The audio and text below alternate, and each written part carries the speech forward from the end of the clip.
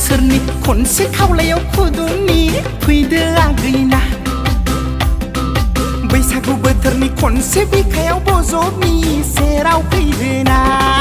रान रान रान रानसावसाव गोसोखौ आंनि सुग्लायहोदोनालै आगै रान रान रान रानसावसाव गोसोखौ आंनि सुग्लायहोदोना रान रान रान रानसावसाव